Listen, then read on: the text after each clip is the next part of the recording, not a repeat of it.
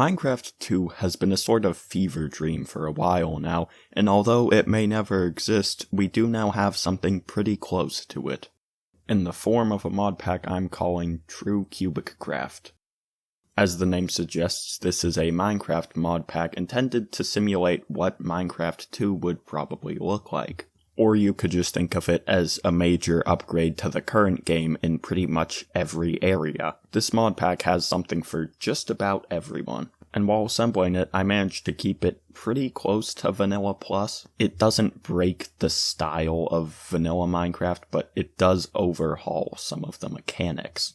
I would call it Vanilla Plus in quotations, but nonetheless there is a lot to dive into with this mod pack. So let's start with what is probably the most obvious and immediately noticeable thing, that being of course the animation and camera overhauls. Your character in this is a lot more lifelike with much more detailed animations, and also the cameras have been reworked so that third person is now fully playable. Well, mostly. There is a bug where you can't place blocks when you're supposed to be able to, but there is still first person for that, which also now has a realistic camera mode, which makes combat really interesting and a bit nauseating at first, especially with all of the new movement mechanics and new combat system. But it is really fun if you can handle it. So some of the key mods here are the real camera mod, the animation overhaul mod, better combat mod, you have to thank for the new combat. Parkour is the one that gives a lot of the new movement mechanics like crawling on command, wall running, clinging on to cliffs, and dodge rolling. There's even more, by the way. Lewin's third person is what gives that more playable third person camera, and then a resource pack called Just Expressions is what allows for the animated eyes. It all makes for a very fluid fighting experience. There is just a little bit of an incompatibility with the Dixta's Armory mod, where when holding some of the new weapons from that mod, your arms and weapon might kind of phase through your body a little bit with the running animations. But aside from that, it turned out very well, especially with the Iron Spells and Spellbooks mod, which adds a whole bunch of magic stuff. You have so much freedom in how you can fight now. So combat's a lot better. Now let's talk about some of the other aspects, like engineering and building.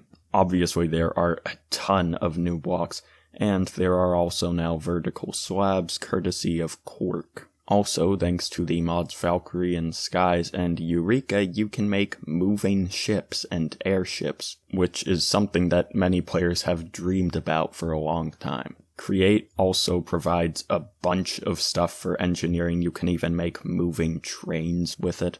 There are an insane amount of things that you can do with just that mod alone. But let's talk about exploration or adventure.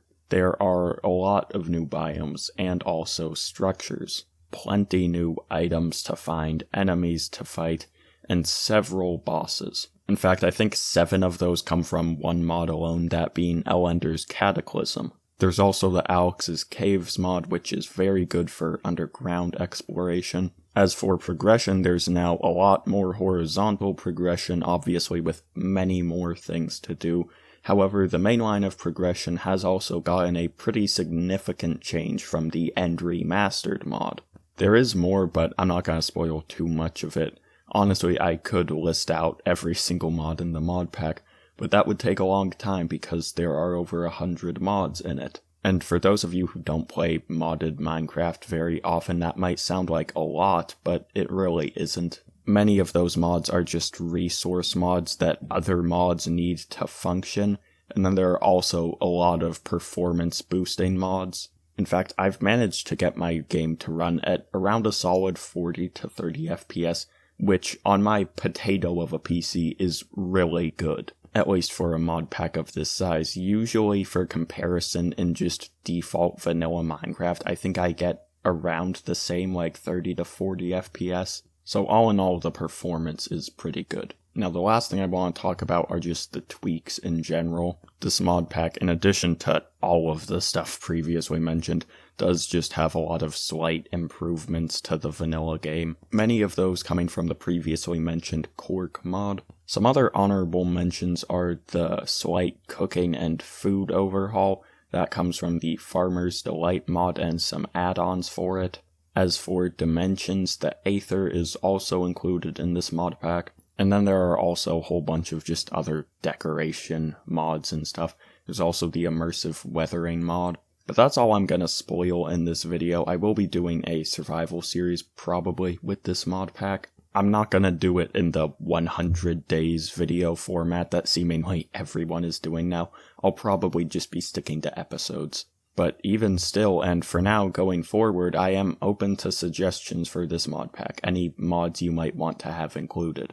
And the last thing I wanted to do in this video is just offer a huge thank you to all of the mod makers who made all of the mods that are in this mod pack. Minecraft mods tend to get made fun of a lot, not on YouTube, it's more on platforms like TikTok and Instagram. But I think it's pretty amazing that we have a modding community that makes things like this possible. And I don't think it's something that should be taken for granted. So thank you to all of the mod makers out there. And that is all for now. I cannot wait to do a survival series with this pack. So thank you for watching. I hope to see you in the next one, and for now, goodbye.